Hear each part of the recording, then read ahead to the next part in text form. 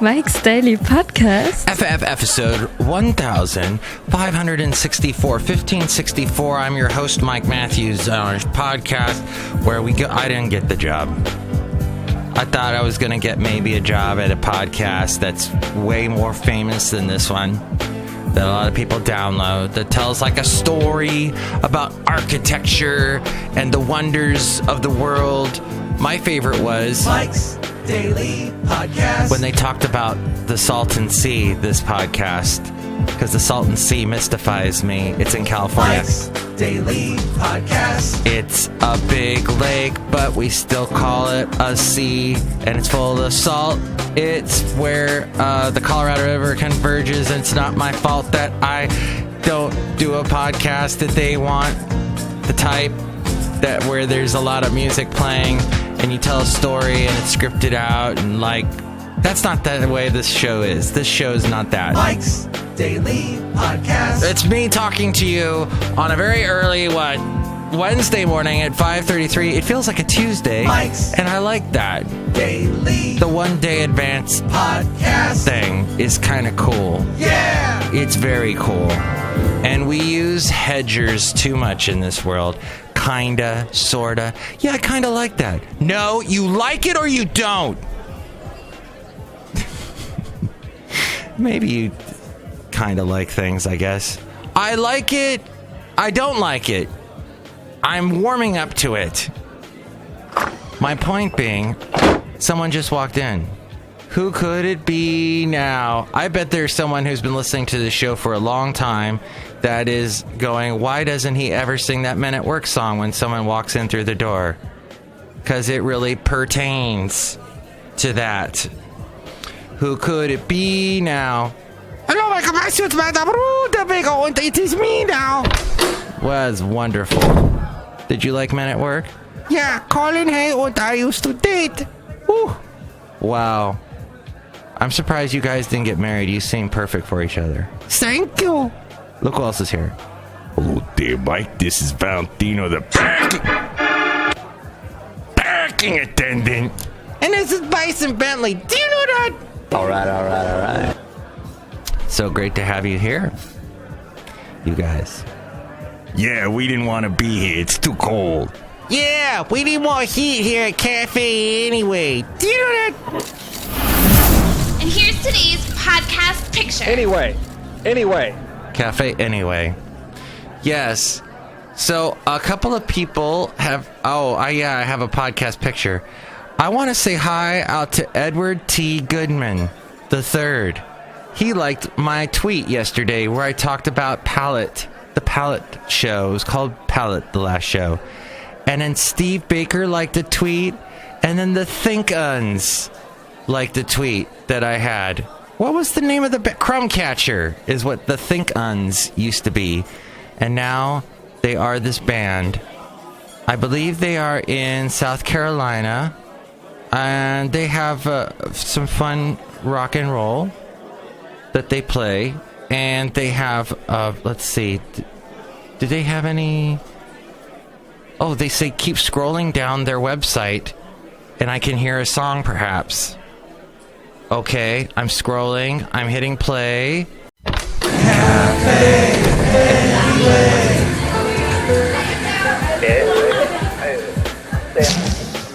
Mike's Daily Podcast. FF episode 1564, 1564. I'm your host, Mike Matthews, on our podcast where we go. I didn't get the job. I thought I was going to get maybe a job at a podcast that's way more famous than this one, that a lot of people download, that tells like a story about architecture and the wonders of the world. My favorite was Mike's Daily Podcast. when they talked about the Salton Sea, this podcast, because the Salton Sea mystifies me. It's in California. Mike's Daily Podcast. It's a big lake, but we still call it a sea, and it's full of salt. It's where the Colorado River converges, and it's not my fault that I don't do a podcast that they want, the type that where there's a lot of music playing and you tell a story and it's scripted out, and like, That's not the way this show is. This show is not that. Mike's Daily Podcast. It's me talking to you on a very early, Wednesday morning at 5:33. It feels like a Tuesday. Mike's and I like that. Daily The 1 day advance Podcast thing is kind of cool. Yeah! It's very cool. And we use hedgers too much in this world. Kinda, sorta. Yeah, I kinda like that. No, you like it or you don't. Maybe you kinda like things, I guess. I like it. I don't like it. I'm warming up to it. My point being, someone just walked in. Who could it be now? I bet there's someone who's been listening to this show for a long time that is going, why doesn't he ever sing that Men at Work song when someone walks in through the door? Because it really pertains to that. Who could it be now? Hello, Michael Master. In this picture of my triple chins, you will be frightened and aghast if you were to see this one. There's somewhere on our walk yesterday. It was, oh yeah, we had this beautiful sunset. Yeah, it was so cold, and the temperature just dropped like crazy in the afternoon. Usually it warms up in the Bay Area, but all of a sudden we got this frigid cold, sort of 40 degree, 30 degree temperature, and it was below freezing when I left my house. Isn't it like 30 something? I don't know, I'm a Californian. It never gets cold here. But that looks like a great picture. Maybe that one from Livermore. Ooh, and the little clouds up in the sky. Yes, we'll do a Sycamore Grove Park picture. Sycamore Grove Park is this lovely park in Livermore. And we don't park in their parking lot because they demand money from you. And it's just ridiculous. So, Basil the Boxer and I, we said, we're not going to pay these prices for this stupid park, which has no parking anyway. So we park across the street in the lovely houses that they have. They're so nice and upscale in the Livermore area. And with your house, your house is in the middle of all of these vineyards. And so you get to share the experience of the Livermore vineyard experience with all the vintners surrounding you. It's so lovely. So I will post that picture today of Sycamore Grove and one of the sycamores. One of the beautiful trees that I can't decide. The big wafty clouds in the sky. That's good. We'll do that. Hey. Other than that, it's been cold in the Bay Area, and I was listening to Huntsville's national public radio station. I think it's WLRH, which, by the way, I finally said goodbye to my long time Mike's Daily Podcast magnet banner that I had on my car. It just was so washed out, and so someone was walking by the car every day and scraping it or something. It just looked awful. So I said goodbye to it, and I realized underneath it, when I bought the car in Huntsville, Alabama, used this lovely Saturn car, I didn't realize, I forgot that they had put a little logo of their car dealership. They do that a lot in the South. If you buy a car from somewhere, we're going to stamp our logo on the car. So whenever you drive, anywhere you go, it's going to be stuck on the car where you bought the car. Oh, thank you. That's nice. It says on it the Saturn of Huntsville.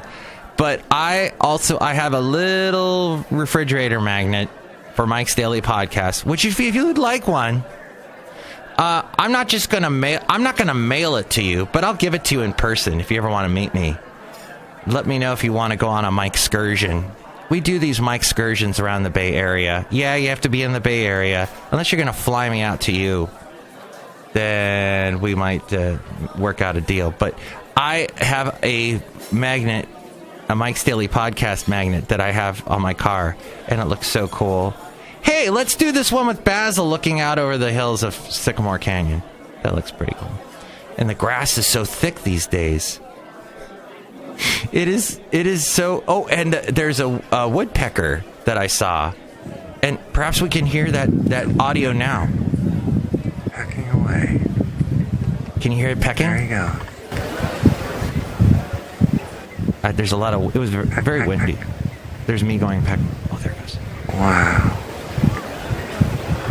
Can barely hear I've it. seen them in Florida, but not here in California. It was good. And then I heard the woodpecker, and its pecker go... And that didn't really happen. But yeah, there was a woodpecker. My friend, the point being, and this pertains to all of us, is that sometimes we have to say goodbye to things that we've held on to for a long time. And I know at some point I'll have to say goodbye to the wonderful Basil the boxer. I'm hoping it's not for a while, but and I really love when I meet boxer owners and they tell me, oh yeah, boxers don't last very long, maybe 8 years. And I'm like, well, Basil's 9.5, and they're like, oh, good for you. So, but I know we have to say goodbye to things and move on. And there's hopefully a great, big, wonderful adventure in store for all of us. And we just need to be positive and move forward. My point being that there was a culture of harassment going on with the Mavericks. The Mavericks owner said he was remorseful for the lack of oversight and that he had no prior knowledge of what was going on with the Mavericks. Multiple sources speculate that Mark Cuban must have known about the Mavericks' organizational culture and prevalence of sexual harassment. He adamantly denies that. Sports Illustrated contacted the Mavericks and Cuban yesterday seeking comment. Within an hour, Cuban reached out via phone. He says he had just fired Buddy Pittman, the Mavericks' longtime VP of Human Resources, and had already hired a third party to handle harassment complaints. Late last night, the team released a statement alluding to another team employee, Earl Sneed, also being terminated. Cuban was outspoken and emotional in a discussion with Sports Illustrated, alternately remorseful for the lack of oversight and defiant that he had no prior knowledge of the situation for the Mavericks, which was a wonderful band that I used to love to listen to in the 90s. The Mavericks had a song called All You Ever Do Is Bring Me Down. But no, we were talking about the basketball team. So the White House Press Secretary Sarah Sanders is seeking blunt criticism that the Trump administration has not punished Russia over its 2016 election meddling, cryptically hinting yesterday that an unpublicized action had already been taken. Donald Trump, quote, has done a number of things to put pressure on Russia and be tough on Russia. And he also said this. I love playing this one here. It goes like this. I would build a great wall, and nobody builds walls better than me, believe me. And I'll build them very inexpensively. Yeah, right. I say it's better to get along with Russia than not. Okay. She added, he has been tougher on Russia in the first year than Obama was in 8 years combined. And they also used the whole thing about 2014. The Russians began this social media blitz to make us all mad at each other. And that was under Obama's watch, and he didn't do anything about it, supposedly. We will find out when Obama finally says something about this. Maybe that'll be today.